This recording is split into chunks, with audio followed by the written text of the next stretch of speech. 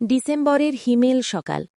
মাঠের ঘাসে শিশিরের বিন্দু জমেছে, কিন্তু রফিক চাচার ঘরে আগুন নেই, কাঁথা নেই, শুধু কাঁপুনি। হালিমা, কটা বাজে? আজ যদি কাজ না পাই, চাল শেষ। কাঠ ভিজে গেছে রে, ধোঁয়ায় উঠছে, আগুন ধরছে না। মিতা কাঁপছে, ওর জন্য একটা চাদরও নাই। চুপ করো।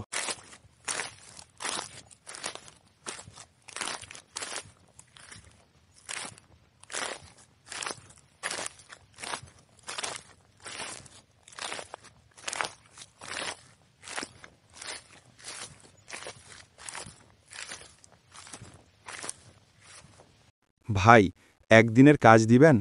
মজুরি কম হলেও চলবে ভাই। না চাচা, আজ কাজ নাই, কাল আইসেন। আচ্ছা ভাই, আল্লাহ ভরসা।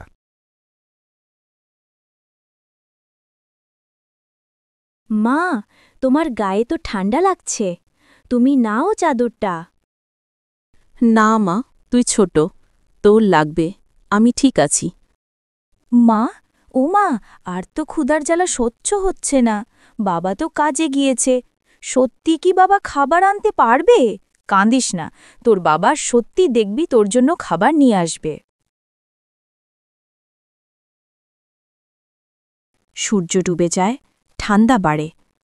রফিকের হাতে কাজ নেই, পেটে ভাত নেই, তার চোখে শুধু একটাই আশা, আল্লাহর দয়া।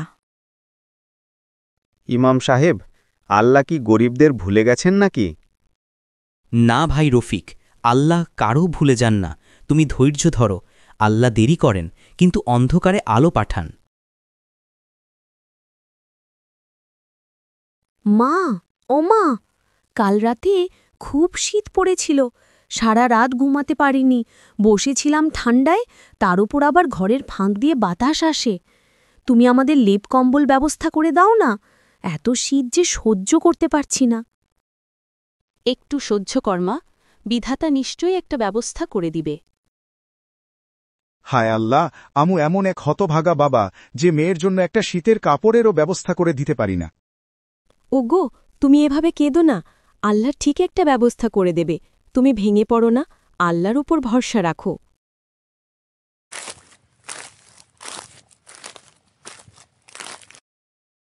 কয়দিন হয়ে গেল কোনো কাজ পাচ্ছি না, তোমাদের কষ্ট হচ্ছে, আর সহ্য হচ্ছে না।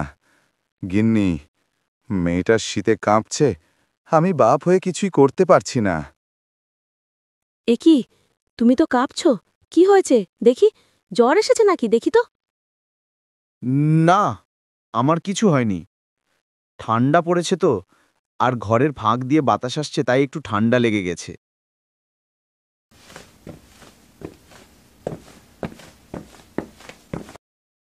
মা, ও মা, অনেক শীত করছে, শীত যে আর সহ্য করতে পারছি না, সারা রাত কিভাবে ঘুমাবো? একটা কিছু ব্যবস্থা করে দাও না। হে আল্লাহ, আমার মেয়ে আর স্বামীর কষ্ট যে আর আমিও সহ্য করতে পারছি না, তুমি কি আমাদের কোনো একটা ব্যবস্থা করে দিবে না? গিন্নি, তুমি কি কিছু ঘরকত নিয়ে আসো, আর কারণ জিজ্ঞেস করো না, আগে নিয়ে আসো, তারপর আমি বলছি। আমি নিয়ে আসছে। এই নাও নিয়ে এসেছি, এখন বলো কি করবে এগুলো দিয়ে? এবার এগুলো দিয়ে তুমি ঘরে আগুন জ্বেলে দাও, দেখবে শীত কমে যাবে।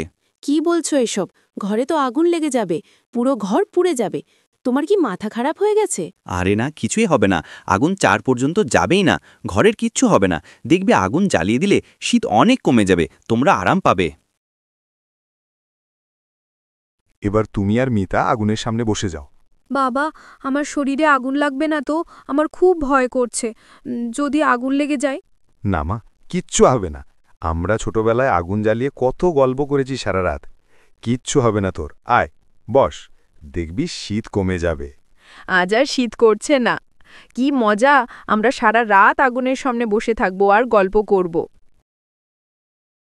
শীত কমানোর জন্য আগুন জ্বালিয়ে রফিক চাচা ও তার স্ত্রী হালিমা এবং তাদের মেয়ে আগুনের সামনে বসে থাকে। আগুনের সামনে বসে থাকতে থাকতে কখন জানি তারা ঘুমিয়ে পড়ে, আর এভাবেই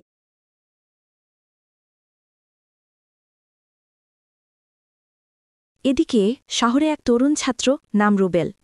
সে টিভিতে দেখে গ্রামের মানুষ শীতে কাঁপছে। এভাবে চুপচাপ থাকা যায় না, আমার আলমারিতে পুরনো কাপড় আছে, আজই নিয়ে যাচ্ছি গ্রামের ভাইদের কাছে।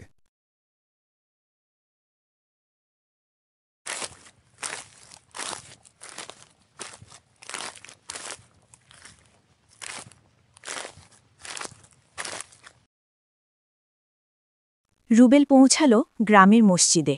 সেখানে রফিক চাচা বসে কাঁপছে।